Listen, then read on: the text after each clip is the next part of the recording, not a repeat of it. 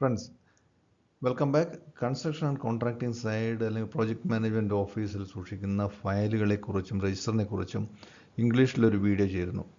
ചില ഫ്രണ്ട്സ് ആവശ്യപ്പെട്ടതിനനുസരിച്ചാണ് ഇത് മലയാളത്തിലേക്കും കൂടിയുള്ള ഒരു വീഡിയോ ആക്കി മാറ്റുന്നത്. പെട്ടെന്ന് മനസ്സിലാക്കാൻ മലയാളം ഉപകരിക്കുമെന്നുള്ള ഒരു അഭിപ്രായം വന്നിട്ടുണ്ടായിരുന്നു. പ്രധാനപ്പെട്ട ഫയലുകൾ ഏതൊക്കെയാണ്, പ്രധാനപ്പെട്ട രജിസ്റ്ററുകൾ ഏതൊക്കെയാണ് സൂക്ഷിക്കേണ്ടത് എന്നുള്ളത് കഴിഞ്ഞ വീഡിയോയിൽ നമ്മൾ ഡിസ്കസ് ചെയ്തിരുന്നു. അതിൻ്റെ അടിസ്ഥാനത്തിൽ ബേസിക് അഡ്വാൻറ്റേജ്, ഇതൊരു ഫയലുകൾ സൂക്ഷിച്ചു കഴിഞ്ഞാൽ അതിൻ്റെ ബേസിക് അഡ്വാൻറ്റേജ് എന്താണെന്ന് ആദ്യം നമുക്ക് നോക്കാം. പ്രധാനപ്പെട്ട അഡ്വാൻറ്റേജ് എന്ന് പറയുന്നത് ലീഗൽ സേഫ്റ്റി എന്ന് പറയുന്നത് ചില പ്രോജക്റ്റുകൾ തുടങ്ങിക്കഴിഞ്ഞാൽ 2 or 3 അതിൽ കൂടുതൽ സമയം എടുത്തിട്ടായിരിക്കും, വർഷങ്ങളെടുത്തിട്ടായിരിക്കാം പ്രോജക്റ്റ് തീരുന്നത്. അപ്പോൾ ആദ്യം തുടങ്ങുന്ന സമയത്ത് എന്തൊക്കെയാണ് സംസാരിച്ചത്, എന്തൊക്കെയാണ് എഗ്രി ചെയ്തത് എന്നുള്ളത് പ്രോപ്പറായിട്ട് സൂക്ഷിച്ചില്ലെങ്കിൽ പലപ്പോഴും ലാസ്റ്റ് സ്റ്റേജിലെത്തുമ്പോഴേക്കും പേയ്മെൻറ്റിൻ്റെ കണ്ടീഷൻ, ചിലപ്പം ഫൈനൽ പേയ്മെൻറ്റോ അല്ലെങ്കിൽ വലിയൊരു എമൗണ്ട് പേയ്മെൻറ്റ് കിട്ടാതിരിക്കുമ്പോഴും ലീഗലി മൂവ് ചെയ്യേണ്ടി വന്നാൽ ഈ കോൺട്രാക്ട് ഡോക്യുമെൻ്റ് ആയിരിക്കും നമ്മളോട് സംസാരിക്കുക. അപ്പോൾ അതുകൊണ്ട് പ്രോപ്പറായിട്ട് ഫയലിംഗ് വളരെ അത്യാവശ്യമാണ്. തുടർന്ന് ക്വാളിറ്റി ഓഫ് കൺട്രോൾ, പ്രോജക്റ്റ് പ്രോപ്പറായിട്ട് എക്സിക്യൂട്ട് ചെയ്യുക, പ്രോജക്റ്റ് എക്സിക്യൂഷൻ, ഇത് രണ്ടും പ്രോപ്പറായിട്ട് നടക്കുകയാണെങ്കിൽ പേയ്മെൻറ്റ് കിട്ടാനുള്ള കാര്യം വളരെ എളുപ്പത്തിൽ നടക്കും. പ്രോപ്പറായിട്ട് പ്രോജക്റ്റ് ക്ലോസ് ചെയ്യുക, തുടർന്ന് പ്രോജക്റ്റ് പ്രോപ്പറായിട്ട് ഹാൻഡ് ഓവർ ചെയ്യുക. ഇതിൻ്റെ ആദ്യ വീഡിയോയിൽ ഏതൊക്കെയാണ് പ്രധാനപ്പെട്ട ഫയലുകൾ സൂക്ഷിക്കേണ്ടത് എന്നതിൻ്റെ മേജർ ഹെഡിങ് നമ്മൾ കവർ ചെയ്തിട്ടുണ്ടായിരുന്നു. അതെന്തൊക്കെയാണെന്ന് ജസ്റ്റ് ഒന്ന് നോക്കിയിട്ട് മുന്നോട്ട് പോകാം. ഈ 6 എണ്ണം, വീണ്ടും ഒരു 6 എണ്ണം, ഇങ്ങനെ ഒരു 12ഓളം ഫയലുകളാണ് മേജർ ഹെഡിങ് ആയിട്ട് നമുക്ക് കൺസ്ട്രക്ഷൻ ആൻഡ് കോൺട്രാക്ടിംഗ് സൈറ്റിൽ സൂക്ഷിക്കേണ്ടി വരിക. ഇതിൽ ആദ്യത്തെ ഒരു 3 എണ്ണം നമുക്കിന്ന് പരിശോധിക്കാം. അതിൽ pre contract and tender document. Pre contract എന്ന് പറയുന്നത് നമ്മൾക്ക് വർക്ക് അവാർഡ് ചെയ്യുന്നതിന് മുമ്പേയുള്ള ആക്ടിവിറ്റി, ലാൻഡ് റിലേറ്റഡ് ഡോക്യുമെൻറ്റേഷൻ എന്ന് പറഞ്ഞാൽ ടാക്സ് റെസിപ്റ്റ്, എൻകംബറൻസ് സർട്ടിഫിക്കറ്റ്, ലാൻഡിൻ്റെ പ്ലാൻ തുടങ്ങി അതുമായിട്ട് ബന്ധപ്പെട്ട ഡോക്യുമെൻ്റ് എല്ലാം ഫയൽ ചെയ്യുന്നതാണ് ഒരു രജിസ്റ്റർ, ഒരു ഫയൽ രജിസ്റ്റർ വരുന്നത്. അപ്പോയിൻറ്റിംഗ് ഡിസൈനേഴ്സ് ആൻഡ് കൺസൾട്ടൻറ്റ്, നമുക്ക് ഒരു പുതിയ ബിൽഡിങ്ങോ അല്ലെങ്കിൽ പുതിയൊരു ഡിസൈൻ ഒരു ഏരിയ ഡെവലപ്പ് ചെയ്യുകയാണെങ്കിൽ നമുക്ക് ആർക്കിടെക്റ്റിനെ അപ്പോയിൻറ്റ് ചെയ്യണം, കൺസൾട്ടൻറ്റിനെ അപ്പോയിൻറ്റ് ചെയ്യണം, ബാക്കി ഡിസൈനേഴ്സിനെ അപ്പോയിൻറ്റ് ചെയ്യേണ്ടതുണ്ട്, MEP കൺസൾട്ടൻറ്റിനെ അപ്പോയിൻറ്റ് ചെയ്യണം. അപ്പോൾ ഇവരുടെയൊക്കെ അപ്പോയിൻമെൻറ്റ് ഓർഡർ, അതുപോലെ അവരുടെ ഡീറ്റെയിലൊക്കെ ഫയൽ ചെയ്ത് പ്ലസ് അവർ തരുന്ന BOQ അല്ലെങ്കിൽ അപ്രൂവൽ ഡിസൈൻ വെച്ചിട്ടാണ് നമ്മൾ വർക്ക് മുന്നോട്ട് കൊണ്ടുപോകുക. അപ്പോൾ ഇതിൻ്റെയൊക്കെ ഒരു ബേസിക് ആയിട്ടുള്ള ഒരു ഫയൽ. ഈ ഡോക്യുമെൻ്റൊക്കെ കിട്ടിക്കഴിഞ്ഞാൽ അടുത്തതാണ് ടെൻഡർ നോട്ടീസ് എന്ന് പറയുന്നത്. ടെൻഡർ ഇഷ്യൂ ചെയ്യുക, അതായത് ക്ലയൻറ്റ് വർക്ക് കോൺട്രാക്ട് കൊടുക്കാൻ വേണ്ടിയിട്ടുള്ള ടെൻഡർ ഇഷ്യൂ ചെയ്യുക, notice inviting for tender. Bid document എന്ന് പറഞ്ഞു കഴിഞ്ഞാൽ കോൺട്രാക്ട് കോട്ട് ചെയ്യുന്ന ഡോക്യുമെൻ്റ്. ടെൻഡറും ബിഡും തമ്മിലുള്ള വ്യത്യാസം എന്താണെന്ന് അറിയാമോ? ടെൻഡർ എന്ന് പറയുന്നത് ക്ലയൻറ്റിൻ്റെ റിക്വസ്റ്റ്, ഇൻവിറ്റേഷൻ ഓഫ് കോട്ടിംഗ് ആണ് ടെൻഡർ എന്ന് പറയുന്നത്. ബിഡ് എന്ന് പറയുന്നത് ബിഡറിൻ്റെ ഓഫറാണ്, അതായത് കോൺട്രാക്ടർ നൽകുന്ന ഓഫറിനെയാണ് ബിഡ് എന്ന് പറയുന്നത്. ഇപ്പോൾ തമ്മിലുള്ള വ്യത്യാസം മനസ്സിലായെന്ന് വിചാരിക്കുന്നു. ഡ്രോയിങ്, ടെൻഡർ സ്റ്റേജിലുള്ള ഡ്രോയിങ്, കൺസൾട്ടൻ്റ് അല്ലെങ്കിൽ MEP കൺസൾട്ടൻ്റ് അല്ലെങ്കിൽ ആർക്കിടെക്റ്റ് തരുന്ന ഡ്രോയിങ് വേണ്ടി നമ്മൾ ഫയൽ ചെയ്യണം. BOQ, ബിൽ ഓഫ് ക്വാണ്ടിറ്റീസ്, എന്തൊക്കെയാണ് ആ വർക്കിൻ്റെ ഭാഗമായിട്ട് വരുന്ന ആ പ്രോജക്റ്റിൽ എന്തൊക്കെയാണ് വർക്ക് ചെയ്യേണ്ടതെന്നുള്ള ഡീറ്റെയിൽസ് BOQ ഫയൽ ചെയ്യണം. പ്രീ ബിഡ് ക്ലാരിഫിക്കേഷൻ കൊടുക്കണം. പ്രീ ബിഡ് ക്ലാരിഫിക്കേഷൻ എന്ന് പറഞ്ഞു കഴിഞ്ഞാൽ ബിഡ് സബ്മിറ്റ് ചെയ്യുന്നതിന് മുമ്പ് കോൺട്രാക്ടർക്ക് ഒരുപാട് സംശയങ്ങളുണ്ടാകും, പല കാര്യങ്ങളെക്കുറിച്ചും ക്ലാരിഫിക്കേഷൻ ആവശ്യപ്പെടും. അതാണ് പ്രീ ബിഡ് ക്ലാരിഫിക്കേഷനായിട്ട് വരുന്നത്. അതൊരു മിനിറ്റ്സ് ഓഫ് മീറ്റിങ്ങോ അതുപോലെ പ്രീ ബിഡ് ക്ലാരിഫിക്കേഷൻ എന്ന് പറഞ്ഞിട്ടാണ്. അതൊരു കോൺട്രാക്ട് ഡോക്യുമെൻ്റ് ആണ്. അത് ബോത്ത് പാർട്ടീസ് എഗ്രി ചെയ്തിട്ട് അത് കോൺട്രാക്റ്റിൻ്റെ ഭാഗമാക്കും. ഇതിലൊരു കാര്യം ശ്രദ്ധിക്കാനുള്ളത്, പലപ്പോഴും വെർബൽ ക്ലാരിഫിക്കേഷൻ കൊടുക്കുന്ന ഒരു കേസ് കാണാറുണ്ട്. അങ്ങനെ ഒരിക്കലും വെർബൽ ക്ലാരിഫിക്കേഷൻ കൊടുത്തു കഴിഞ്ഞാൽ അതൊരു contract due course of time ഫ്യൂച്ചറിൽ അതൊരു മിസ്ഇൻറ്റർപ്രിട്ടേഷൻ ഉണ്ടാക്കാൻ സാധ്യതയുണ്ട്. അതുകൊണ്ട് എന്തെങ്കിലും വെർബൽ ക്ലാരിഫിക്കേഷൻ കോൺട്രാക്ടർ ചിലപ്പോൾ ഫോണിലേക്ക് കൂടെ വിളിച്ച് ചോദിക്കും നമ്മളോട്, അല്ലെങ്കിൽ ഈ ബിഡ് കോട്ട് ചെയ്യുന്ന ആൾക്കാർ ചോദിച്ചു കഴിഞ്ഞാൽ അതൊരിക്കലും വെർബൽ ക്ലാരിഫിക്കേഷൻ ആവരുത്. അങ്ങനെ വെർബൽ ക്ലാരിഫിക്കേഷൻ കൊടുത്തിട്ടുണ്ടെങ്കിൽ ഇമ്മീഡിയറ്റ്ലി അത് റൈറ്റിങ്ങിലേക്ക് കൺവേർട്ട് ചെയ്യും, ഇമെയിലായിട്ടോ കൺവേർട്ട് ചെയ്തിട്ട് എല്ലാ കോൺട്രാക്ടേഴ്സിനെയും ആ ക്ലാരിഫിക്കേഷൻ അറിയിക്കാനുള്ള ഒരു ഉത്തരവാദിത്വം ടെൻഡർ വിളിച്ച ആൾക്കാർക്കുണ്ട്. ടെൻഡർ ഇതൊക്കെ കിട്ടിക്കഴിഞ്ഞാൽ പല ആൾക്കാർ ടെൻഡർ കോട്ട് ചെയ്യും. ആ കോട്ട് ചെയ്ത് കഴിഞ്ഞാൽ ഈ സ്റ്റേറ്റ്മെൻറ്റിലെ എല്ലാം കമ്പൈൽ ചെയ്ത് ഒരു കമ്പാരിറ്റീവ് സ്റ്റേറ്റ്മെൻറ്റ് ഉണ്ടാക്കണം. കമ്പാരിറ്റീവ് സ്റ്റേറ്റ്മെൻറ്റിൽ പല കാര്യങ്ങളിൽ കമ്പാരിസൺ ഉണ്ടാക്കണം. അവരുടെ ടെക്നിക്കൽ എബിലിറ്റി കമ്പയർ ചെയ്യണം, പ്രൈസ് കമ്പയർ ചെയ്യണം, ഇതുപോലൊരു വർക്ക് ചെയ്യാനുള്ള അവരുടെ കപ്പാസിറ്റി കമ്പയർ ചെയ്യണം. അങ്ങനെ പല തരത്തിലുള്ള കമ്പാരിറ്റീവ് സ്റ്റേറ്റ്മെൻറ്റുകളുണ്ട്. ഇതെല്ലാം കമ്പയർ ചെയ്തിട്ടാണ് കോൺട്രാക്റ്റ് അവാർഡ് ചെയ്യുന്നത്. പക്ഷേ മെയിൻ പറയാനുള്ള കാര്യം ഇതൊക്കെ തന്നെ പ്രോപ്പറായിട്ട് സെപ്പറേറ്റ് ആയിട്ട് ഫയൽ ചെയ്തിരിക്കണം. അടുത്ത പ്രധാനപ്പെട്ട ഫയൽ എന്ന് പറയുന്നത് കോൺട്രാക്റ്റ് ആൻഡ് ലീഗൽ ഡോക്യുമെൻ്റ് ആണ്.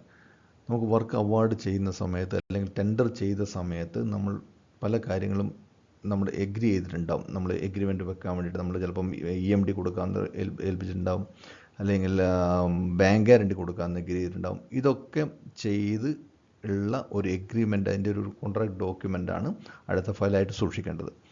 തുടർന്ന് ക്ലയൻറ്റ് നമുക്ക് അല്ലെങ്കിൽ ക്ലയൻറ്റ് സാധാരണഗതിയിൽ ഒരു ലെറ്റർ ഓഫ് ആക്സെപ്റ്റൻസ് ഇഷ്യൂ ചെയ്യും, LOA ഇഷ്യൂ ചെയ്യും. ലെറ്റർ ഓഫ് ആക്സെപ്റ്റൻസ് എന്ന് പറയുന്നത് വർക്ക് ചെയ്യാൻ ക്ലയൻറ്റ് കോൺട്രാക്ടർ വർക്ക് കൊടുക്കാൻ തയ്യാറാണ്, നിങ്ങൾക്കത് ആക്സെപ്റ്റ് ചെയ്യൂ എന്ന് പറഞ്ഞിട്ടുള്ള ഒരു ഫോർമൽ ലെറ്റർ കിട്ടും.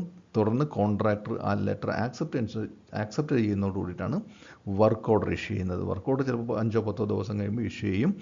വർക്ക് ഓർഡറിൻ്റെ ഭാഗമായിട്ട് ടെൻഡർ ഡോക്യുമെൻ്റ്, ആ ടെൻഡറിങ് ടൈമിലുള്ള എല്ലാ ഡോക്യുമെൻറ്റും വർക്ക് ഓർഡറിൻ്റെ ഭാഗമായിട്ട് ഇഷ്യൂ ചെയ്യപ്പെടും. അത് ഇനിഷ്യൽ കേസിൽ കോൺട്രാക്ടർ മാത്രം സൈൻ ചെയ്തൊരു ഡോക്യുമെൻ്റ് സബ്മിറ്റ് ചെയ്തിട്ടാണ് ഉണ്ടാവുക. തിരിച്ച് ആഫ്റ്റർ എല്ലാ നെഗോസിയേഷനും ഇതെല്ലാം കഴിഞ്ഞ് വർക്ക് ഓർഡർ ഇഷ്യൂ ചെയ്യുമ്പോൾ അത് ടെൻഡർ ഡോക്യുമെൻ്റ് ഇഷ്യൂ ചെയ്യുന്ന സമയത്ത് വർക്ക് ഓർഡർ ഇഷ്യൂ ചെയ്യുന്ന സമയത്ത് അതിൽ ക്ലയൻറ്റും കൂടെ സൈൻ ചെയ്തിട്ടുണ്ടാവും. അപ്പം രണ്ട് പാർട്ടിയും എഗ്രി ചെയ്ത ഒരു ഡോക്യുമെൻ്റായിട്ട് ടെൻഡർ ഡോക്യുമെൻ്റ് മാറും. അത് BOQ ഉണ്ട്, അതിൽ general conditions of contract, special conditions of contract, ഇതൊക്കെ അതിൻ്റെ ഭാഗമാണ്. ഇതൊക്കെ പ്രോപ്പറായിട്ട് ഫയൽ ചെയ്യുക എന്നുള്ളതാണ് ഞാൻ ഈ വീഡിയോ കൊണ്ട് പ്രത്യേകിച്ച് പറയാൻ ഉദ്ദേശിക്കുന്നത്. ഇതൊക്കെ വളരെ വാലിഡ് ഡോക്യുമെൻ്റാണ്. ടിൽ നമ്മൾ പ്രോജക്റ്റ് ക്ലോസ് ചെയ്ത് ഹാൻഡ് ഓവർ ചെയ്ത് ഫൈനൽ പേയ്മെൻറ്റ് വാങ്ങുന്നത് വരെയുള്ള ഡോക്യുമെൻ്റാണ് ഈ പറയുന്നതൊക്കെ.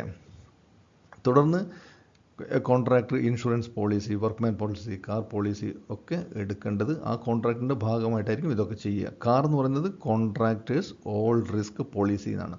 അതായത് സൈറ്റിൽ ഉണ്ടാവുന്ന എല്ലാവിധ ആക്സിഡൻറ്റും കവർ ചെയ്യുന്ന വിധത്തിലുള്ള ഒരു പോളിസിയാണ് കാർ പോളിസി എന്ന് പറയുന്നത്. ഏറ്റവും നല്ല ഒരു വിധത്തിൽ ഈ പോളിസി എടുക്കുന്നത് എന്തുകൊണ്ടും ഉചിതമാണെന്നേ ഞാൻ പറയുള്ളൂ.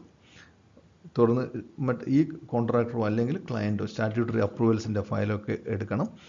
പലതും ചില കാര്യങ്ങളൊക്കെ ഇനിഷ്യൽ സ്റ്റേജിൽ ക്ലയൻറ്റ് തന്നെ എടുക്കണം. ഇപ്പം മുനിസിപ്പാലിറ്റി, ഇനിഷ്യൽ മുനിസിപ്പാലിറ്റി NOC ഒക്കെ ക്ലയൻറ്റ് എടുത്ത ശേഷമാണ് സാധാരണ ഇതിൽ ടെൻഡർ ചെയ്യുക. തുടർന്നുള്ള അപ്രൂവലെല്ലാം തന്നെ കോൺട്രാക്ടർ സൈഡിലേക്ക് പോകും. സാധാരണ ഇലക്ട്രിക്കൽ ഇൻസ്പെക്ടറിൻ്റെ അപ്രൂവൽ, STP, MOEFൻ്റെ അപ്രൂവലൊക്കെ തുടർന്ന് എടുക്കേണ്ട കുറേ കാര്യങ്ങളാണ്.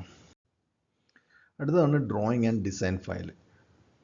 ഡ്രോയിങ് ആൻഡ് ഡിസൈൻ ഫയലിൽ മെയിനായി ഉദ്ദേശിക്കുന്നത് ഡ്രോയിങ്സോ എല്ലാവിധത്തിലുള്ള ഡ്രോയിങ്സ് എന്ന് പറയുന്നത് സ്ട്രക്ചറൽ ഡ്രോയിങ്സ് ഉണ്ടാവും, ആർക്കിടെക്ചറൽ ഡ്രോയിങ്സ് ഉണ്ട്, MEP ഡ്രോയിങ്സ് ഉണ്ട്.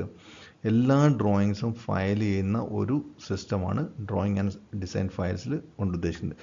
GFC എന്ന് പറയുന്നത് ഗുഡ് ഫോർ കൺസ്ട്രക്ഷൻ. അതായത് ഏത് പ്രോജക്റ്റ് ചെയ്യുന്നതിനും GFC ഡ്രോയിങ് അത്യാവശ്യമാണ്. പലപ്പോഴും ഒരു കാര്യം കണ്ടിട്ടുള്ളത്, ക്ലയൻറ്റിൻ്റെ എഞ്ചിനീയർ അല്ലെങ്കിൽ കൺസൾട്ടൻ്റ് എഞ്ചിനീയേഴ്സ് പറയാറുള്ള ഒരു കാര്യം, നിങ്ങൾ ടെൻഡർ ഡ്രോയിങ് വെച്ചിട്ട് വർക്ക് ചെയ്തോളൂ എന്നുള്ള ഒരു ഡയറക്ഷൻ കൊടുക്കാറുണ്ട്. അതൊരു വെർബൽ ഡയറക്ഷനാണ് സാധാരണ പറയാറ്. എന്നാൽ അത് റൈറ്റിങ്ങിൽ ചോദിച്ച് വാങ്ങിക്കാനുള്ള ഉത്തരവാദിത്വം, അല്ലെങ്കിൽ ടെൻഡർ ഡ്രോയിങ് എന്നുള്ളത് മാറ്റി അത് GFC ആണ്, ഗുഡ് ഫോർ കൺസ്ട്രക്ഷൻ ഡ്രോയിങ് ആണ് എന്ന് എഴുതി തരാതെ ടെൻഡർ ഡ്രോയിങ്ങും വെച്ചിട്ട് വർക്ക് ചെയ്യുന്നത് അപകടമാണെന്ന് പറഞ്ഞു കഴിഞ്ഞാൽ പിന്നീട് ഉണ്ടാവുന്ന ലീഗൽ അല്ലെങ്കിൽ കോൺസിക്വൻസിന് കോൺട്രാക്ടർ മാത്രം ഉത്തരവാദിയാവുന്ന ഒരു പ്രശ്നം വരും. അതുകൊണ്ട് തന്നെ ടെൻഡർ ഡ്രോയിങ് വെച്ചിട്ട് വർക്ക് ചെയ്തോളൂ എന്ന് ആരെങ്കിലും പറയുകയാണെങ്കിൽ, ഏതെങ്കിലും എഞ്ചിനീയർ ഇൻസ്ട്രക്ട് ചെയ്യുകയാണെങ്കിൽ അത് റൈറ്റിങ്ങിൽ വാങ്ങിക്കുന്നതായിരിക്കും കോൺട്രാക്ടർ സൈഡിൽ ഏറ്റവും ഉചിതമായിരിക്കുന്നത്. സോ ആർക്കിടെക്ചറൽ ഡ്രോയിങ് എന്ന് പറയുന്നത് ആർക്കിടെക്ട് ഇഷ്യൂ ചെയ്യുന്ന ഡ്രോയിങ്, അതും ഗുഡ് ഫോർ കൺസ്ട്രക്ഷൻ ഡ്രോയിങ് ആയിരിക്കണം, GFC ആയിരിക്കണം ഫോർ എക്സിക്യൂഷൻ. സ്ട്രക്ചറൽ ഡ്രോയിങ് പ്രോപ്പറായിട്ട് ഫയൽ ചെയ്യുക. MEP ഡ്രോയിങ്സ്, MEP കൺസൾട്ടൻ്റ് തരുന്ന ഡ്രോയിങ്ങുകൾ. MEP ഡ്രോയിങ്ങിൽ ഒരുപാട് ഡിവിഷൻസ് ഉണ്ട്. ഇലക്ട്രിക്കൽ, പ്ലംബിംഗ്, HVAC, ELV എന്ന് പറഞ്ഞാൽ എക്സ്ട്രാ ലോ വോൾട്ടേജിൻ്റെ അണ്ടറിൽ വരുന്നതാണ് ടെലിഫോൺ, ഡാറ്റ. PA എന്ന് പറഞ്ഞാൽ public address, CCTV, TV, Wi-Fi, fire alarm തുടങ്ങി ഒരുപാട് സെക്ഷൻ MEP ഡ്രോയിങ്ങിൻ്റെ അണ്ടറിൽ വരുന്നുണ്ട്. തുടർന്ന് ഫയർ ഫൈറ്റിംഗ്, മെഡിക്കൽ ഗ്യാസ് വരുന്നത് ഹോസ്പിറ്റൽ സൈഡിലാണ്. കുക്കിംഗ് ഗ്യാസ്, ഫ്ലാറ്റുകളും അതുപോലെയുള്ള ഫ്ലാറ്റ് അതുപോലെ മാളിലൊക്കെ കുക്കിംഗ് ഗ്യാസിൻ്റെ ആവശ്യം വരാറുണ്ട്. ലിഫ്റ്റ് ഒരുവിധം എല്ലാ പ്രോജക്റ്റിലും ഇപ്പോൾ ലിഫ്റ്റും ഇതുണ്ട്. ഇതൊക്കെ MEPയുടെ അണ്ടറിൽ വരുന്ന മേജർ ആക്ടിവിറ്റീസാണ്. ഇതിൻ്റെയൊക്കെ പ്രോപ്പറായിട്ട് ഫയൽ സൂക്ഷിച്ചില്ല എങ്കിൽ ഇനിഷ്യലി എന്താണ് ഡിസ്കസ് ചെയ്ത് ഫൈനലിൽ എന്താണ് നമ്മൾ എക്സിക്യൂട്ട് ചെയ്യുന്നതിൽ വലിയ കൺഫ്യൂഷൻ വരും. മറ്റടുത്ത ഫയലാണ് എക്യുപ്മെൻറ്റ് ഫയൽ. എക്യുപ്മെൻറ്റ് ഫയൽ എന്ന് പറഞ്ഞാൽ സാധാരണ എല്ലാ പ്രോജക്റ്റിലും ട്രാൻസ്ഫോമർ, ജനറേറ്റർ, ഇതൊക്കെ ജനറലി ഉണ്ടാവുന്ന കാര്യങ്ങളാണ്. പമ്പ്, മോട്ടോർ, ഇതൊക്കെ സാധാരണ എല്ലാ പ്രോജക്റ്റിലും ഉണ്ടാവും. ചില ഹൈ റൈസ് ബിൽഡിങ്ങിലൊക്കെയാണ് ലിഫ്റ്റ്, എസ്കലേറ്റർ, അല്ലെങ്കിൽ മാളിലൊക്കെയാണ് എസ്കലേറ്ററൊക്കെ വരുന്നത്. ബയോമെഡിക്കൽ എക്യുപ്മെൻറ്റ് വരുന്നത് ഹോസ്പിറ്റലിൽ മാത്രമാണ്. ഹോയിസ്റ്റ്, STP, HVAC, ഇതൊക്കെ സാധാരണ ഇപ്പോൾ ഉള്ള എല്ലാ പ്രോജക്റ്റുകളിലും വരുന്ന എക്യുപ്മെൻറ്റിൻ്റെ ലിസ്റ്റാണ്. ഈ എക്യുപ്മെൻറ്റ് എന്തൊക്കെയാണ് വന്നതെന്നും ഏതൊക്കെ തരത്തിലുള്ള എക്യുപ്മെൻറ്റ് വന്നു എന്നുള്ള പ്രോപ്പറായിട്ടുള്ള ഫയലിംഗ് വളരെ അത്യാവശ്യമാണ്. കാരണം ഫ്യൂച്ചറിലെ മെയിൻ്റനൻസ് വരുമ്പോൾ ഈ ഫയലുകളാണ് നമുക്ക് ഏറ്റവും അധികം ഉപകരിക്കുക. എന്താണ് വന്നിരിക്കുന്ന സാധനം, ചിലപ്പം ഒരു ട്രാൻസ്ഫോമറിൻ്റെയൊക്കെ മെയിൻ്റനൻസ് വരുന്നത് 6, 7 അല്ലെങ്കിൽ ചിലപ്പോൾ 10 വർഷമൊക്കെ കഴിഞ്ഞിട്ടായിരിക്കും. അപ്പം വന്നിരിക്കുന്ന എന്ത് ട്രാൻസ്ഫോമറാണ്, അതിലുള്ള ഉപയോഗിച്ചിരിക്കുന്ന റിലേസ് എന്തൊക്കെയാണെന്നുള്ളത് നമ്മുടെ ഡോക്യുമെൻ്റാണ് സംസാരിക്കുക. തുടർന്നുള്ളതാണ് വർക്ക് ഷോപ്പ് ഡ്രോയിങ്ങും കാര്യങ്ങളും വരുന്നത്. ഷോപ്പ് ഡ്രോയിങ്സ് എന്ന് പറഞ്ഞു കഴിഞ്ഞാൽ ബേസ്ഡ് ഓൺ ടെൻഡർ ഡ്രോയിങ്ങിൻ്റെ ബേസിൽ കോൺട്രാക്ടർ ഉണ്ടാക്കുന്ന ഡീറ്റെയിൽഡ് ഡ്രോയിങ്ങിനെയാണ് ഷോപ്പ് ഡ്രോയിങ് എന്ന് പറയുക. അപ്പോൾ ഒരു വർക്ക് ചെയ്യുന്നതിൻ്റെ ബേസിക് ഇൻഫർമേഷനാണ് ആർക്കിടെക്റ്റ് അല്ലെങ്കിൽ സ്ട്രക്ചറൽ ഡ്രോയിങ്ങിലും അല്ലെങ്കിൽ MEP ഡ്രോയിങ്സിലും ഉണ്ടാകുക. അതിൻ്റെ ഡീറ്റെയിൽസ് ഉണ്ടാക്കുന്നതാണ് കോൺട്രാക്ടർ. അതിനെയാണ് ഷോപ്പ് ഡ്രോയിങ് എന്ന് സാധാരണ പറയുക, അതായത് എക്സിക്യൂഷൻ ഡ്രോയിങ്. ഇതൊക്കെ ചെയ്ത് പ്രോജക്റ്റ് തീരുന്നതോടുകൂടിയിട്ട് ആസ് ബിൽറ്റ് ഡ്രോയിങ് ഉണ്ടാക്കണം. ആസ് ബിൽറ്റ് ഡ്രോയിങ് എന്ന് പറഞ്ഞു കഴിഞ്ഞാൽ നമ്മൾ എന്താണ് പ്രോജക്റ്റിൽ ചെയ്തത് അതിൻ്റെ ഡീറ്റെയിൽഡ് ഡ്രോയിങ്.